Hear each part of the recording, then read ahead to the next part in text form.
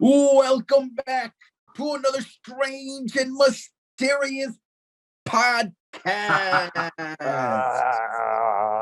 You got it there on the end, Gabe. Of course, I'm one of your hosts. G, introduce yourself, fellas. Go ahead, McVice.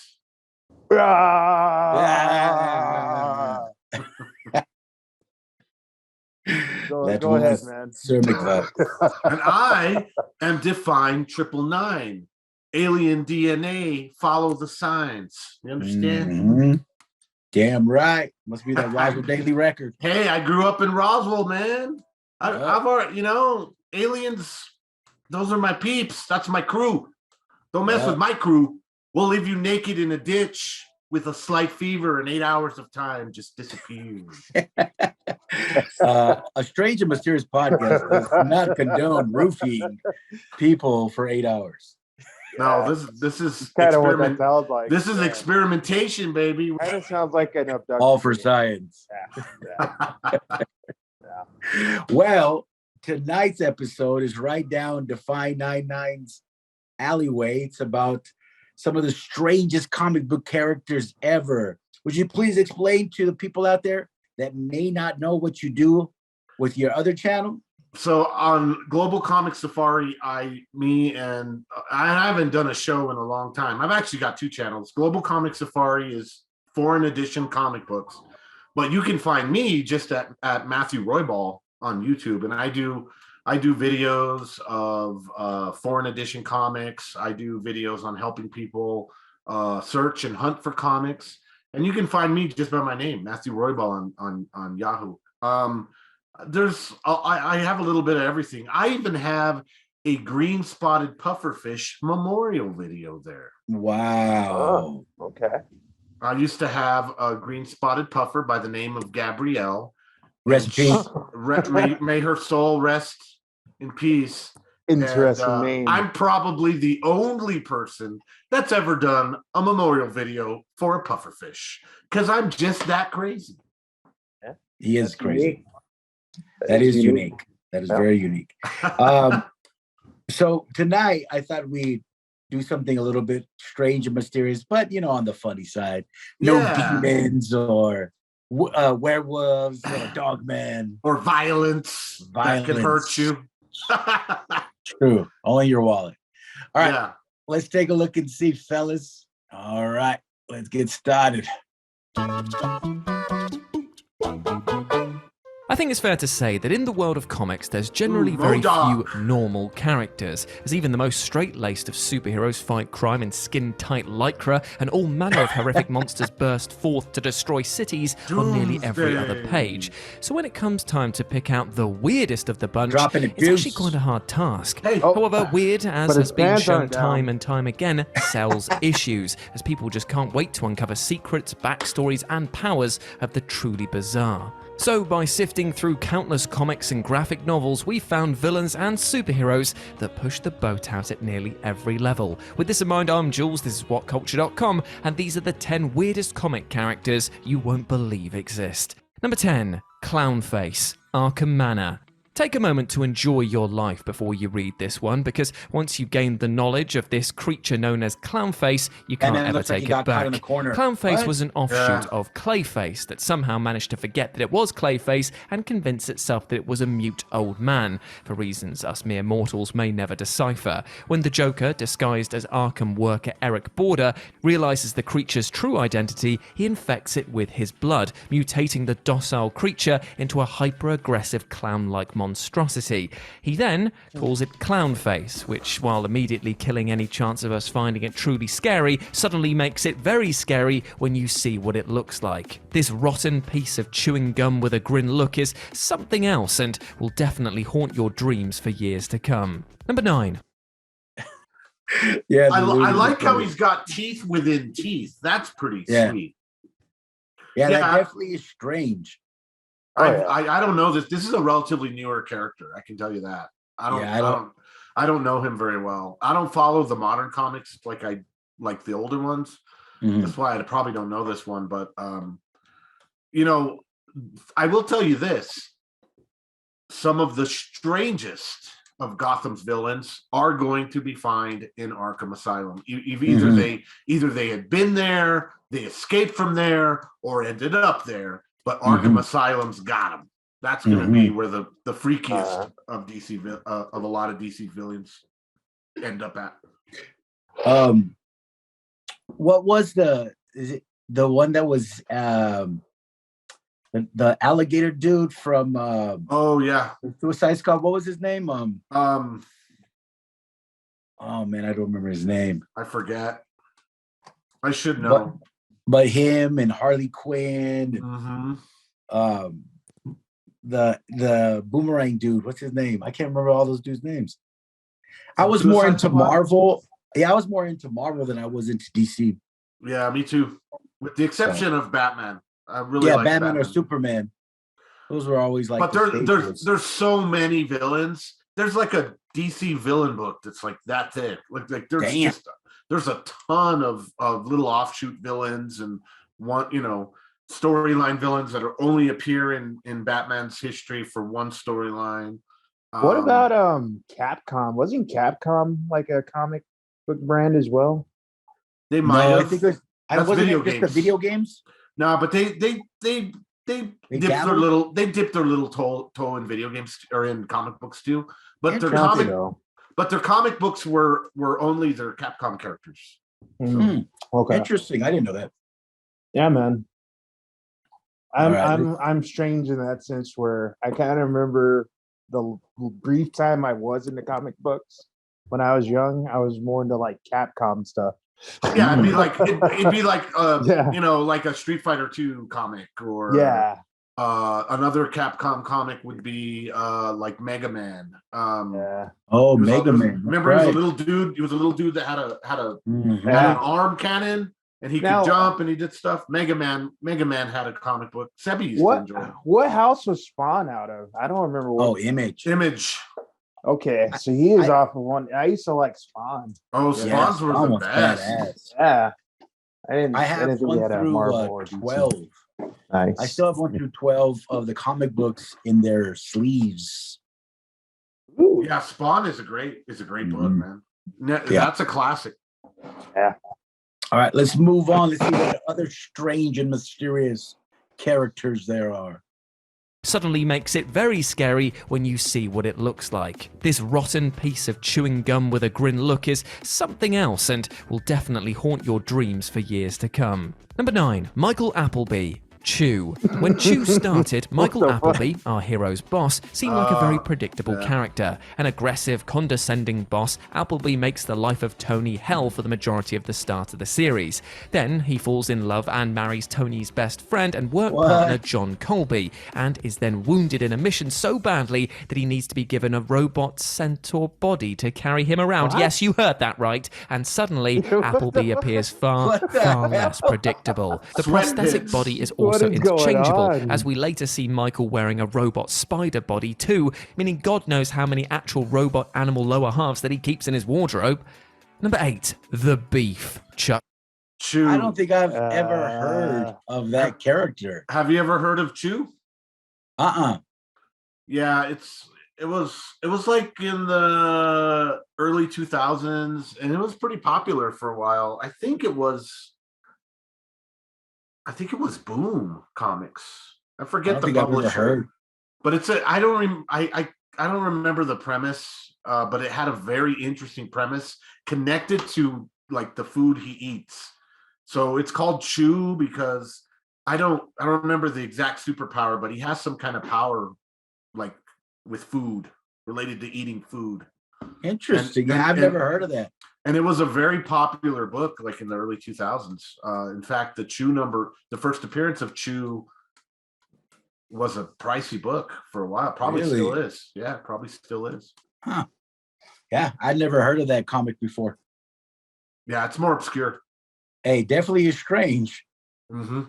And obviously, I guess when we say Chew, we're not talking about like Copenhagen long cut and stuff like that. No. Not the long cut.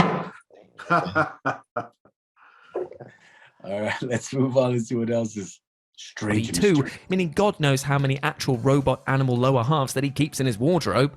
Number 8, The Beef, Chuck Carter. Yeah. The Beef. The Beef The is Beef. perhaps one of the single weirdest comics Image has ever put out, and given that they are the patron saint of unconventional and outright surreal comics anyway, that's saying a lot. The character known as The Beef also goes by an equally meaty name of Chuck Carter, a worker in a meat factory who is responsible Chuck. for killing cattle that are made into burgers at a nearby fast food restaurant. As a result of the memories associated with the killing and the amount of chemicals in the burgers that Chuck has been eating over the years, the trauma of seeing one of his cows needlessly killed by his childhood bullies generates a huge change within Chuck. And Damn, no, they he doesn't go fucked vegan. that cow He's up. physically transformed into a huge fleshy beast made out of beef, because sometimes the title of a comic is quite literally what the entire series is about, and I love it. Number 7, The Skinless Boy. Wait, stop. What the fuck? Look at that. That's a weird one. I can't say That is a weird one. I can't say I know about this guy at all. He was so sad. Turned him into a piece of steak. Yeah, like he's a human being, but now he has cow flesh. Like, what the fuck? Hey, what's his nemesis? Fucking pepper and salt. Fucking fork and that. knife and shit. Look at that perfect marbling. Hey, I know, oven right? man. Oh, guys, away this from just Oven inspired Man. me. I want to make a comic book character. Steak Haas. Hey, oh my God, it's A1. You know? I'm here, everyone. Well, what would be crazy is like if he's fighting a character that's got fire and he gets singed, it's gonna smell real good, right? You're gonna be like, damn, that. Hey. They're gonna be like, man, you smell good. And hopefully fire is a cannibal too. Like, oh god, you smell delicious, Hey. bud. His allies are like, damn, I'm hungry. Mhm. Holy shit, that marbling's cooking up good. Look at that Yeah, fat just man. flowing off of that.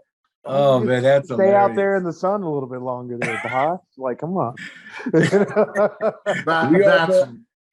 Hey, we are the dinner squad. Salad man. Oh, okay, so now we're getting like Aqua Teen Hunger Force or some shit. Right? Yeah.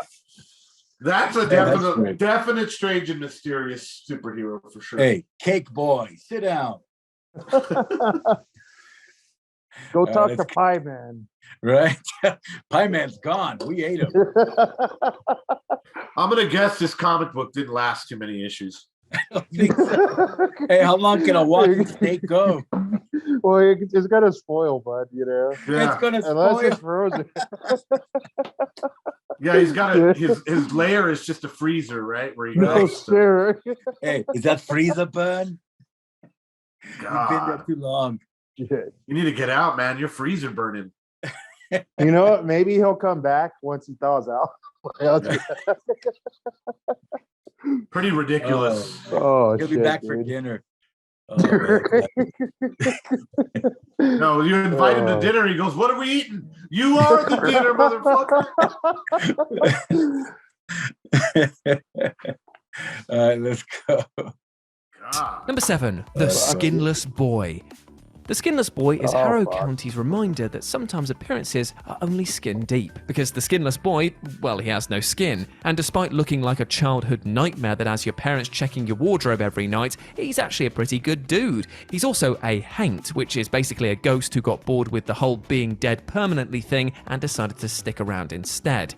After the comic's hero, Emmy Crawford, rescues the Skinless Boy's skin, which has been painfully trapped in some thorns, he decides to stick around in an even more permanent sense by becoming her loyal familiar. The pair becomes the faithful protagonists of the series, serving as a sort of grown-up Scooby-Doo gang, but only with superpowers and a lot less skin.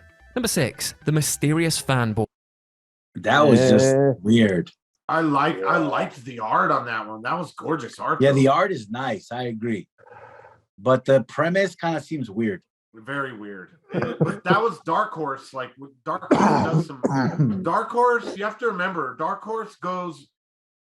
They're open to like pretty mainstream stuff, like the Star Wars stuff. So Dark Horse got the Star Wars license when Marvel lost it.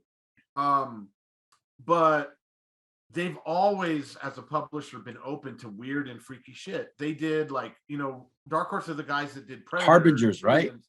No, Harbinger is Valiant. Image? No, Harbinger's Valiant. Oh, Valiant. That's right. But Dark Horse has always done some weird and funky shit. Remember, Hellboy is Dark Horse. Okay. X-Men, John Byrne's X-Men. Hellboy started out on the X-Men. So as a publisher, they love doing freaky and weird shit. It's just what they do. So it doesn't surprise me at all. That's right down that alley, huh? Yep. All right, let's continue. Here's a Marvel XFactor. As the name suggests, the weirdest thing about Arnold Lundberg, known as the mysterious fanboy, is that he's a superhero who is also a huge fan of heroes in general, which is pretty dang weird. Now, Arnold developed an obsessive adoration of the X-Force member known as You-Go Girl, after her voice woke him out of a coma that he was in. And true to form, the fanboy lost his mind when You-Go Girl died in the field and blamed X-Force for her demise. Now, while this might seem slightly unreasonable, there's one very fair explanation for why Arnold decides to blame the dysfunctional superhero team. That's because he's gone absolutely mad with power. You see, his mutant powers give him reality warping abilities, which he, unsurprisingly, uses to torture those who live in the town that he grew up in, twisting their bodies to his equally twisted whims. When the X-Force, at this point known as X-Static, or X-Statics if you want to be technical about it, confront him, he manages to wheedle his way into the group, having a sudden change of heart about using his powers for gross evil purposes. Just when it seems like old Arnie might be turning things around, the team turn on him, injecting him with a serum that would give him a heart attack the next time that he used his powers. Number 5, LeapFrog. I don't think I've ever heard that one. Had you? Yeah, well, I'd heard of that XFactor. I had heard that XFactor had gotten really weird in later iterations. So it doesn't surprise me. XFactor was big in like the late 80s. Early 90s. Late 80s, early 90s. Think of it as like they took some X-Men and some other mutants from somewhere else, and they just kind of created a new team. There was like a bunch of new X teams. You had Excalibur, you had XFactor, you had there was another one I could have sworn. It's weird though. I can't say I've ever heard of the fanboy. I don't know of that character. Yeah, he must have not been around very long. He reminds me of Charles Xavier's son. What was his name? They had the series on FX. What was his name? Where he would like fuck with reality, but he was crazy himself. I don't remember. It'll come to me. But yeah, that's who this character kind of reminds me of. He's a weird one. Oh yeah, a little bit. All right, let's continue. Attack the next time that he used his powers. I like the Number idea 5, of altering LeapFrog. reality. Unfortunately, not every comic character can be a total badass. For every Punisher or Wolverine, there has to be a couple of less cool individuals. And then there are those that are actually less cool than that, such as LeapFrog, Marvel's unfortunate villain pushover. Now, this poor guy's powers consist of, you guessed it, being able to leap really high because of the special frog suit that he designed himself. Yes, he purposefully made this costume to look like that, and why? Well, we can never truly understand. Now, LeapFrog is such a failure within the supervillain community that even Stiltman has made fun of him. Stiltman, when the guy who wears titanium rods under his feet as a gimmick says that you're a dork, you might need to take that as a particularly relevant piece of advice. Number 4. So Frogman was just in the She-Hulk, correct?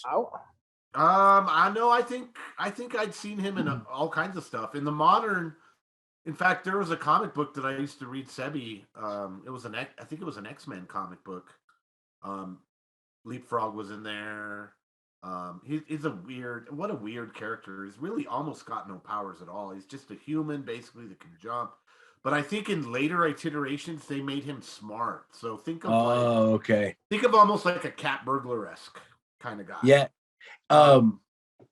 I want to say he was in the She-Hulk series this last on Disney Plus.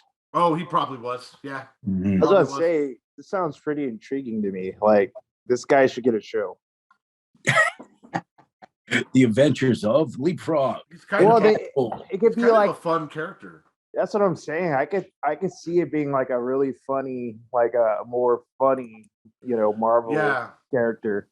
You know, if they made him like a comedy, almost a comedy. Sure, and then just think about the advantages he has with, the ability to jump really high and stuff like that. There's just going to be certain things he could do, and you could make that a comedy. I could see that happening. Oh, yeah. Yeah, he'd be wacky. Mhm. Totally wacky. I mean, think of LeapFrog trying to pick up girls in a bar. Yeah. Right. Shit, how he's a superhero, and they're like, "No, you're not." Yeah. You know what I mean? And then he goes, "Oh, really? You see that 3-story building right there? Hold my beer." Yep. Right. Boing, jumps Exactly. She's like, "What?" Yeah. Jumps down. And he's like totally weak, right? And any superhero would kick his ass, but to average Joes, they might not know. So he would use that as leverage to make himself out to be cooler than he is, to make himself out to be. And honestly, if I remember correctly, LeapFrog, I think again, back to the cat burglar thing, I think he stole a lot of money. Did he? Yeah, I if I remember correctly, I think a lot of his capers were related to stealing shit.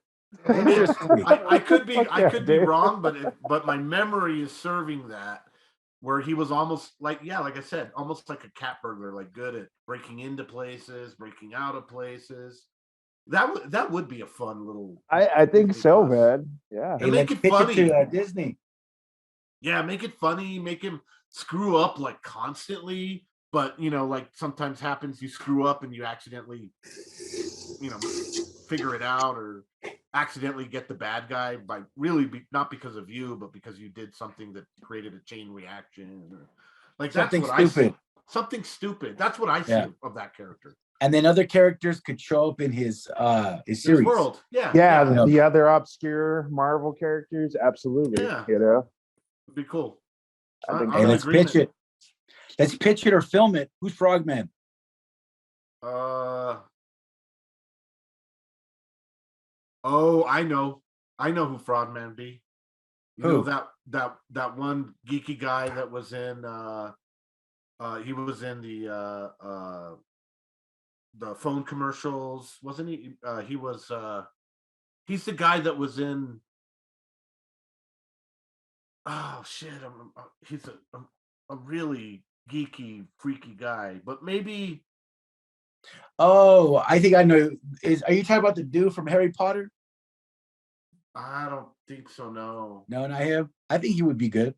Yeah, he could. Or I'm even thinking like a Jonah. What's his name? The comedian guy. What's his name? Jonah Hill. Jonah Hill. That would be good like a Jonah Hill, kind of fat. You know what I mean? Not buff, like a superhero, like a guy. And like he's that. funny. And he's funny. Yeah, exactly. Normal guy. Make Jonah Hill Frogman, Marvel. We're fucking geniuses over here. That we are. All right, let's take a look at this next one, fellas.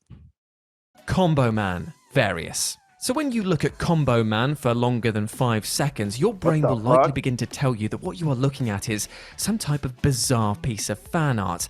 And you wouldn't actually be all that off, as Combo Man is comprised out of a combination of all of Marvel's biggest heroes. He has the strength of Captain America, the armor of Iron Man, the eye lasers of Cyclops, and the cool t-shirt design of the Punisher. If that alone wasn't weird enough, Combo Man also has pieces of these characters' costumes, which aren't carefully combined to make one badass costume, but instead are just rather placed in stripes all over his body, making him look like some weird heroic zebra more than anything else. And Marvel were really sure that this character was going to take off, because at the end of the very first issue that he was in, they advertised Combo Man merchandise, which was a terrible idea unless you were far too indecisive to figure out who your favorite hero actually was. Number 3, the Stork Saga. I have never heard of Combo Man. I haven't either. I've never even heard, but that's kind of a cool thing. Yeah. Telling you, the LeapFrog series, they'll have Combo Man in there, and whoever other damn obscure Marvel freaking characters out there. I've never heard of Combo Man. He must have not been out very long. It's the only thing I can think.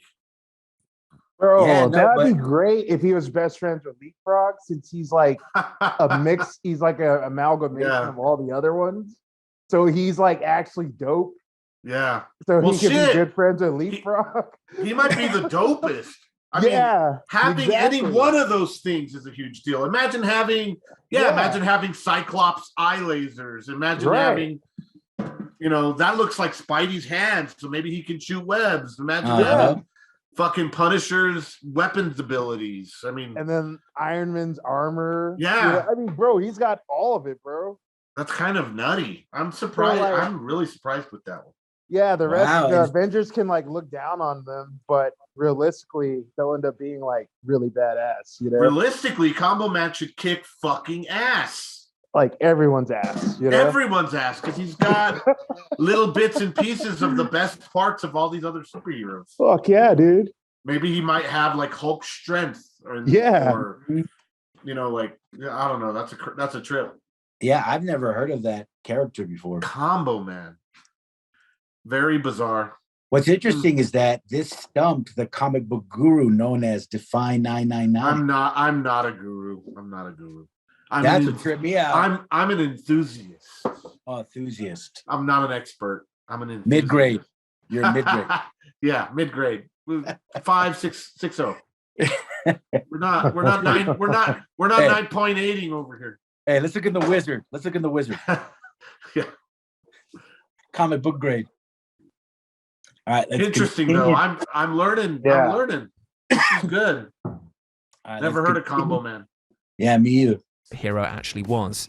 Number 3, the Stork Saga. The Stork basically exists in Saga to test if you're going to be able to deal with the absolute madness that series provides. Initially, you'd be easily convinced that this story is somewhat tame, as it appears to be a conventional mix of fantasy and sci-fi with 2 fairly relatable, romantically involved heroes. But then a spider assassin shows up with her arachnid tits out and wielding like 7 guns, and suddenly you feel the intensive urge to sit down for a minute and just think about where your life has gotten to and for what purpose. That is Later characters, including 2 women who are just literally just heads and legs, and a dragon who we see doing a spot of autofellatio, eventually make the Stork feel normal by proxy. However, that doesn't take away the fact that when she does first appear, you will presume that you've hallucinated the entire comic in the first place.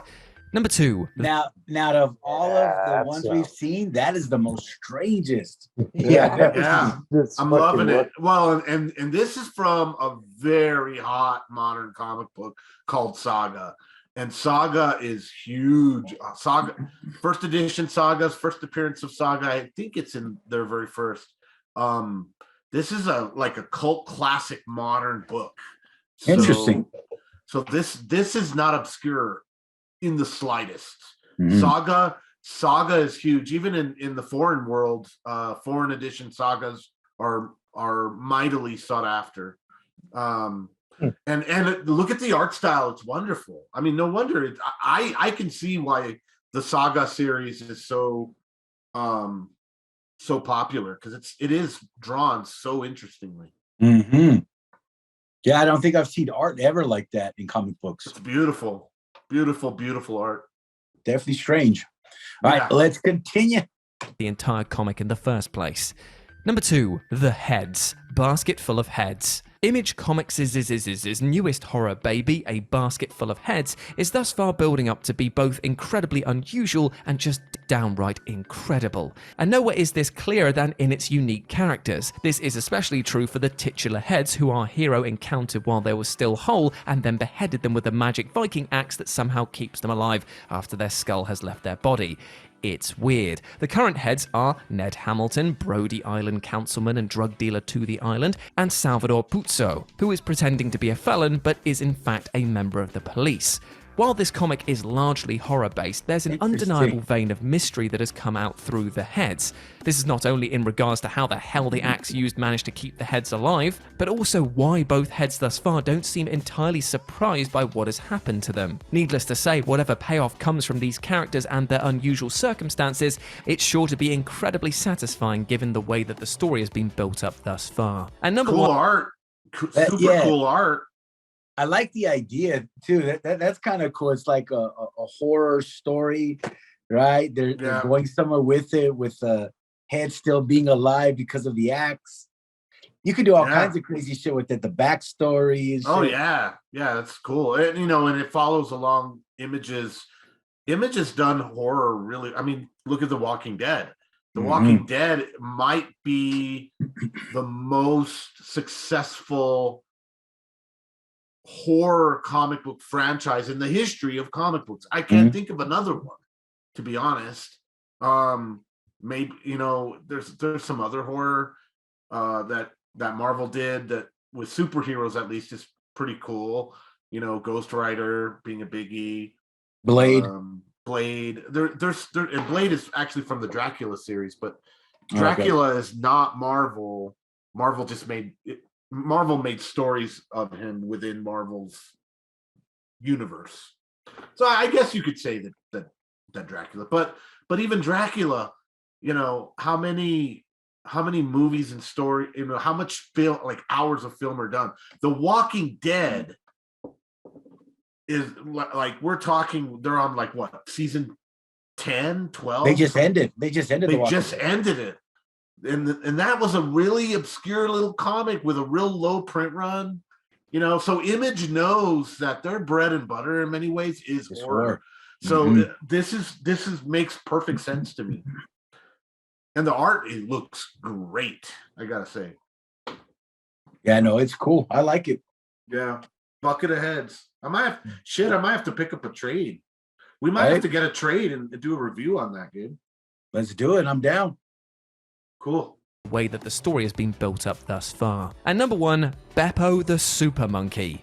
With many fans loving Superman's canine sidekick Crypto the Superdog and the Silver Ages clamoring for comics containing monkeys, a technically logical move was made by DC in that they created Beppo the Super Monkey. Now, Beppo also came from the planet Krypton and was used by Superman's father to test if the baby Man of Steel would be able to survive being blasted in a rocket into outer space. Weirdly, though, this experiment never involved bringing the poor monkey back, meaning that it's heavily suggested that the unfortunate critter was stuck in space for years before also arriving on Earth.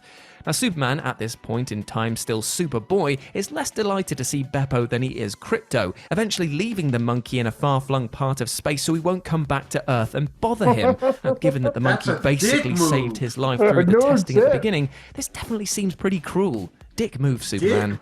Dick move. There we go. Those were the 10 weirdest comic. That's funny. Like, I don't like you that much, so I'm gonna leave you in this weird corner of the fucking galaxy. Yeah, that's not cool, Soups. Not cool at all. Damn monkeys. Especially because he saved his life. I know. That's bullshit. Superman. I think I don't like Superman anymore, man.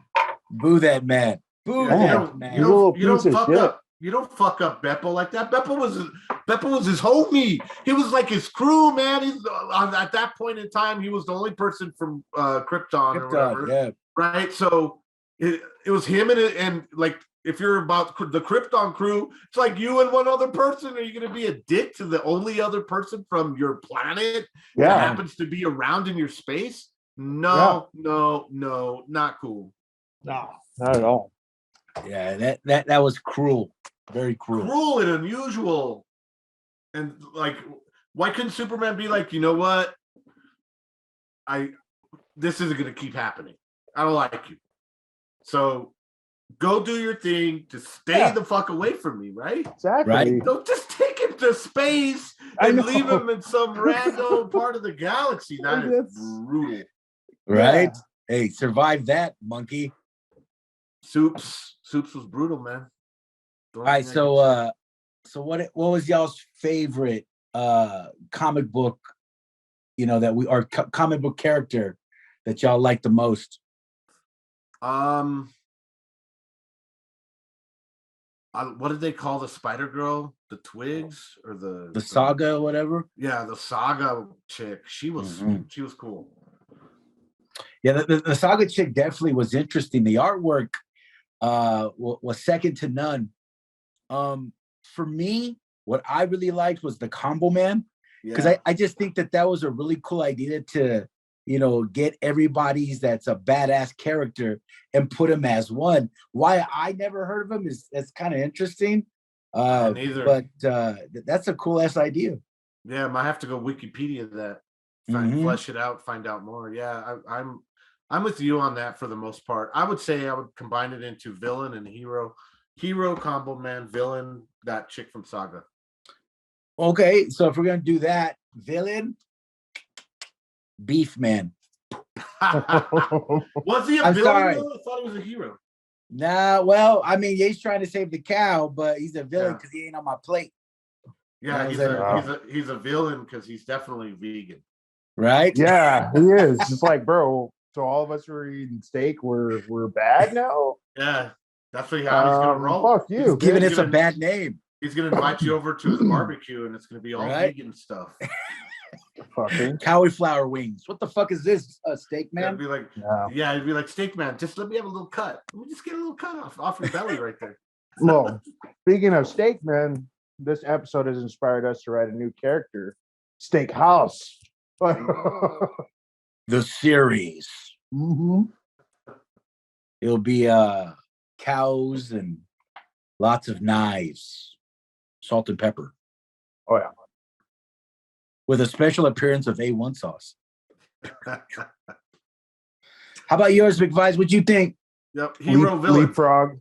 LeapFrog's your favorite? Hands down. Yep. LeapFrog's pretty cool. I gotta give LeapFrog some credit. He's obscure, and of course, obviously, Combo Man as well. Both of them together, man. I think we just started a brand new hit series for Marvel. Yeah, Kevin Feige. Email. Kevin Feige, call me, bro. Telling you, man, like it may seem like we're joking around right now, but seriously, Nah, you combine those two because they're obscure, right? Yeah, totally. And we could twist it to where they're just like overlooked, like no one really likes either one of them. But it turns out Combo Man is really like better than the main Avengers combined. Mm-hmm. And then he's got his their friend, bacon. yeah, and then he's got his funny ass friend LeapFrog, and they're just off doing shenanigans they're- or whatever they're the a fuck, shen- you know? They're The a shenanigans. duo. Yeah, They're a duo. Yeah, yeah. like Tony Stark throws a party. Well, Tony Stark in the MCU is no longer around. Let's say Yeah. let's say Hulk throws a party for all his old Avengers teammates and other superheroes, and fucking Combo Man and LeapFrog show up, and people are like, oh man, who invited those? Yeah. Like, why the fuck are they here? Hey, yo, Hulk, can I talk to you real fast? Yeah. I mean, that would be hilarious. Spider-Man kind of feels bad, but then like, you know, Ant-Man or someone tells him, nah, dude, don't, you'll ruin your rep. You hang out with those fools. Just bounce away. Right? Just totally do them raw, right? Do them wrong. Yeah. And then they end up actually saving the day in some form or fashion. Absolutely. Yeah, or that like, would be a cool series. That'd be or funny. it turns out they secretly always end up saving the day. It's just no Yeah. one hears about No one them. gives them credit. Yeah. But I would love to see them try to, like, you know, be cool, because we're used to seeing all of the superheroes be so cool. Yeah. Right? I would love to see, like, I don't know, who would be a funny. I'll give you like maybe Professor X. You know, everyone thinks he's so cool, which hopefully they will be coming into the MCU here very shortly. But then he sees him as like, oh man, I don't, you know, because maybe like Combo's like that guy that gets really excited. So when you give him a little bit of time to talk to you, he just at the party he just dominates you. You know what I mean? Like their traits are just ones that people are like, ugh, like get away from me. You know what I mean? And you can't even blame them. You know, it's like ScarJo's sitting there as Black Widow, you know, laughing around with Thor, and these dudes walk up. Yeah. Maybe they make some stupid comment that Black Widow takes as an affront, you know, or I don't know. Mhm. I think you could run with it. It'd be fun. Yeah. And people would tune in. Maybe Combo Man has a hard time with the ladies because he's just like maybe we can make him a really handsome guy, right? But his problem is he's just, since he's an amalgamation of all those other Avengers, he just fucks up somehow with every chick, you know? Yeah. Well, like, it would be funny if he had no confidence. So he's making all those easy mistakes with chicks that guys with no confidence make, right? Right. And girls are like, dude, you're like, yeah, you're like god, way too thirsty. Get away from me. You know what I mean? Yeah. Like he's just so thirsty. He's fucking he fucks it all up. All right, fellas. So look, I hear, you know, some good ideas. Maybe we should just make a script. I'm just saying. Well, anyways, that's been our episode. We'll catch y'all on the flip side. Peace. Bye. Peace. Adios. Adios.